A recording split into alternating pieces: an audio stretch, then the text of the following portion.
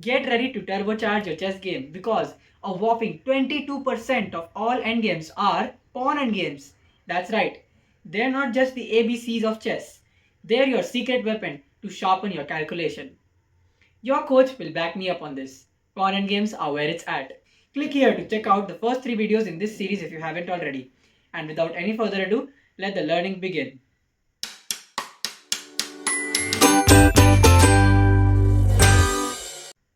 My name is Ishan Roy and today we will be looking at some practical pawn endgames.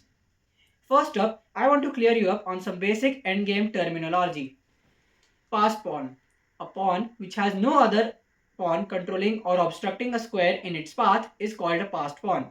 We had already covered this in the first video, so check it out if you haven't already. Key squares. These are the squares whose occupation by the king assures victory, no matter which side's turn to play. So if you put your king on a key square, then you have guaranteed success, no matter whose turn it is to play. Opposition. The state of two kings standing on the same line, be it a file, diagonal, or rank, with an odd number of squares separating both the kings, is known as opposition. One square is a normal opposition, 3 squares is distant opposition, and 5 squares is long distant opposition. I'm pretty sure you can't go more than that. To get the opposition means to achieve an odd number of squares between the kings with the opponent to move. It is used to occupy key squares. So let me show you a small example of this. So as you can see on the screen, we have a basic king and pawn versus king position. In this position, it is black to play, meaning white has the opposition. Thus, when black makes his move, white can occupy one of the 3 key squares, which as we saw in the first video are c6, d6 and e6. So let's say black makes a move, king e7, and now we will use the concept of outflanking, which is one more thing I wanted to explain, which basically means going in the opposite direction of the one that his king has moved. So he went to e7, so we go in the opposite direction, that is c6. And we have now reached a key square and thus we are winning the game. Next, major line. The file or rank on which the middle key square from a set of 3 adjacent key squares lies is called the major line. So, in a set of 3 adjacent key squares, let's say c6, d6 and e6 as in our previous example, the major line would be the d file, as d6 is the middle key square. If the key squares were c8, c7 and c6, for example, the major line would be the 7th rank. Now, let's look at a few practical endgame positions. In the last 3 videos, we were mostly looking at positions with only kings and pawns. Now, I want to show you some practical examples as well, where we transition from a multi-piece endgame to a pawn endgame. White to play, pause the video and try to find the answer. I hope you have paused the video. The correct move is king g3. If you said king g1, I'm afraid you're wrong because black has bishop b6. If you move your rook, the knight will be attacked twice and thus he can take the knight with check. So the only move you have to play is rook h5. So he'll play king g6 to attack your rook.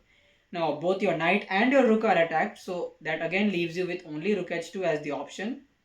Now, black can play rook into f2.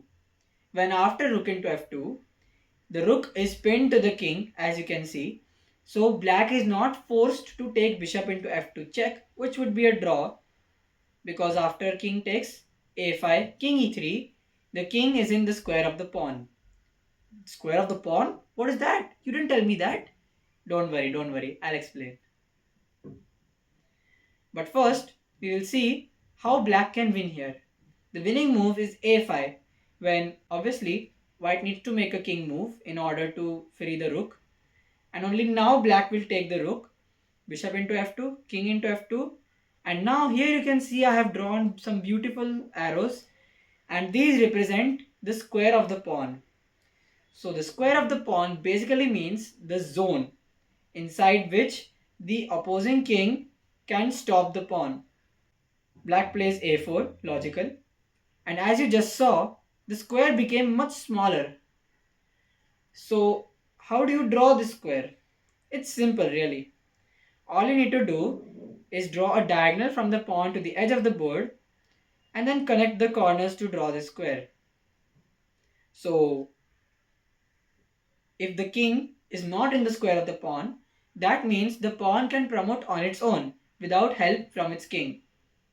So as you can see here, after king e3, a3, the square has just become a little shorter. And king d2, a2, the square has become way shorter. And after king c2, a1 queen, the game over. So that is why if you play first king g1, you will lose. So what else is there to do? If you play king g2, and it's quite obvious that after bishop b6, rook h5 check, king g6, it's a double attack.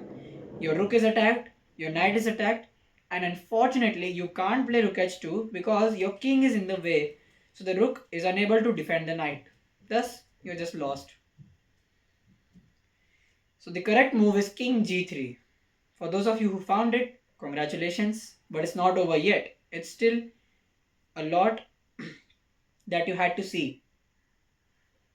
So after king g3, if black plays bishop b6, then there is the simple knight d3. So the point is, you are both removing your knight from potential attack and you are attacking his rook. So if he takes your rook, you can take it and it's a draw. Same applies if he attacks your knight, you can just defend it with a draw. So here bishop b6 is not as effective. Instead, black can try rook into f2. These sacrifices are so common, right? So after rook into f2, the point is, if you take king into f2, black can play bishop b6 and pin your rook. Thus he wins it. He wins your rook and thus the game. So that doesn't work. That leaves us with only one move, our trusty rook h5 check. And black obviously responds with king g6. Now what? If we take the f2 rook, he takes our rook and he's still a full piece up. What should we do? Well, now we have lured the king to the 6th rank, which is going to be in our favor after we play rook d5. The point is, both his bishop and his rook are attacked, so if he moves either of them, the other one will fall. Or will it? Black has bishop b6 to defend his rook and his bishop at the same time. But if you're good at tactics, then you must have spotted rook d6 check, when after the king moves, you can simply take the bishop and thus it looks like a draw. Is this the time to relax and stop calculating? No, my friend. Black still has one last trick up his sleeve, and that is the nasty rook into f3. Now, I'm sure if you hadn't watched the first few videos, then you would automatically play king into f3 and be like, oh, it's gonna be a draw anyway because he only has one pawn, I can stop that. But no, after a cross b6, now black has the opposition because it's our turn and there are an odd number of squares between the king. That is not good because once we move over toward the pawn, now wherever we move, black can take the other key square and win the game. So what do we do after rook f3? If you gave up here, I'm sorry, but after rook f3, there is the brilliant king g2. The point being, we will wait for him to capture a cross b6 and only then will we capture king into f3. Thus, we get the opposition. I know it sounds weird to waste a move like that, but it's true. That is the only way to draw the game. Obviously, if he tries something like rook g3 check, it has no meaning because now we can safely take king g3 because after a cross b6, now we have king f3 when we have the opposition. Same applies. If he takes a cross b6 directly, then also we can take king into f3 and we have managed to draw the game. Because let's say after king e5, king e3, king d5, king d3, king c5, king c3, king b5, king b3. Now we can just shadow him wherever he goes and thus never let him go to a key square. Wow. You might be thinking that was more of a calculation puzzle than an endgame one. But you had to know the concept of opposition to find king g2. Let's move ahead. Now, in this position, it is white to play. Pause the video and try to find it for yourself. I hope you have paused the video. The correct move is king a6. Okay, I mean if you play b6, it's a simple draw. He's not forced to take your pawn. Instead, he can force you to take his pawn by playing king b7. When he has attacked your pawn, so you must take. And after king c7, he can simply go and defend his pawn when you have no hope of winning. And if you play g3, then also he can simply play king b7. And the moment you go for the f5 pawn, he will try to capture your b5 pawn. Thus, it's a simple draw. So that leaves the only good try as king a6. Now here he will obviously play king b8 because what else can he do? And now you need to find g3. b6 is wrong because after king c8, which is a nice move, let's say b7, because if you take c7 then again he can just go and defend his pawn. So b7, king b8, g3, and now he has c5. When after king b5, king b7, king c5, king c7, king d5, you must play f4. If you have watched the first few videos, this might ring a bell. In the position where we sacrifice both the pawns. Do you remember that? I hope so. Because this idea is a very common one. After g into f4, which is practically forced, king d7, king e5, king e7, king f5, king f7 is a well-known draw. The point is, if you don't play f4 and play king d7, then he can capture your pawn while landing on a key square. So it doesn't really matter if you have the opposition or not. Okay, so b6 doesn't work. That leaves g3 as the only move because retreating would make no sense. So after g3, black has two options, both of which you need to calculate. Let's see king c8. Now here you must find king a7, king d8, king b8 and not king b7. We must take the opposition. King d7, king b7, king d8, king c6, outflanking. King c8, king d5, king b7, king e5, king b6. So now it's going to be a pawn race. King into f5, king into b5, g4, c5, g5, c4, and now not g6 when we would both promote at the same time, but king e4, which is a very important move. The point is, black is nowhere near stopping our pawn, but we have fortunately entered the square. And if black tries to use his king to help the pawn advance, then we can use that as an advantage and gain some time in pushing our pawn. So, okay, if you play c3 here, then just king d3, and after king b4, we just push g6 and win the game. So, he can try king b4. When after g6, c3, again we play king d3 and lure him to the b3 square. When now, after g7, c2, g8 queen, c1 queen, wait a minute, why isn't c1 queen happening? Oh, it's a check. So that was the point of this sequence, to lure the king to b3 so that we would promote with a check. How cool, right? And obviously after looking at this variation, you know why pawn endgames improve your calculation. So let's go back and check king a8. After king a8, you can play b6.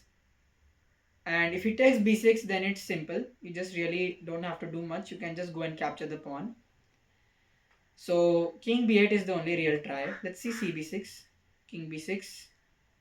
We both shuffle over here. And now if he tries f4, it doesn't matter because we're still on a key square. So it's a win. So if he plays king b8, then we have to play king b5. Again, we are threatening king c6. So king b7 is practically forced. And now after bc7, king c7, king c5, we have got the opposition and we win the game. So let's just see. So even if he plays f4, it doesn't matter because we have the opposition. And now wherever he moves, we can go to the key square and win the game. Wow, this is just mind-blowing. Now let's look at the answer of the puzzle from the third video. So this is the puzzle. It was black to play. And even though black looks quite active with his king already on a4, he's actually fighting for a draw. Let's see why. The correct move is b4. If you play king a5, then white can play king b3, and now you have two options, either play b4 or king a6. If you play king a6, then after king b4, king b7, king into b5, king c7, c4, king b7, a3. This is important. As we had seen, it's important to keep one tempo in reserve so that we can use that whenever he tries to take the opposition. And after king a7, king c6, king a6, we use the tempo a4, and thus we are now winning, as we had already seen in the last video. I think second video probably. And if you try b4 over here, then white has c cross b4. When after king b5, again we don't play the hasty a4, we play a3, keeping that a4 tempo in reserve. When after king c6, king a4, king b7, king b5, king a7, king c6, king a6, b5, king a7, you can even play a4 here, or you can even play king c7, which is just a win. And after b4, which is the correct move, white can try two things. If he tries c b4, then I mean, okay, it's just a draw. King b4 is a draw. So the only real try for white is king c4, I mean pawn c4. Now again, the next move is quite tricky. We need to find b3. And the point is, after c4, if you play king a5, then again he can try king b3. When after king a6 is just a loss, as we had already seen. b5 is met with c5. When after king a6, king b4, black loses the b5 pawn as well, so it's no good. So we have to play b3. This is actually a puzzle that can be solved by using the elimination technique, which basically means you calculate moves, and the moment they don't work, you just reject them and go on calculating other moves. So you can reject king a5 and come to the conclusion that b3 is the only good move. After a cross b3, I mean, okay, if you play a3, then king a5, king b3, king a6, king b4, king a7 is important. When after king b5, king b7, a4, he has to use a4 because now we have the opposition, so he needs to take the opposition back. But as we had already seen, this position is a simple draw. And if he takes a cross b3, then king b4, king c2, and b5 is a well-known pawn endgame draw. So this position is the puzzle of this video. Take your time. It is black to play, and black played king b7, and you have to find a way for white to win this position. So pause the video and I will tell you the answer of this puzzle in the next video. That's it for today. I hope you enjoyed the video. Don't forget to like and subscribe so I can make more content like this, and I'll see you in the next video. Bye.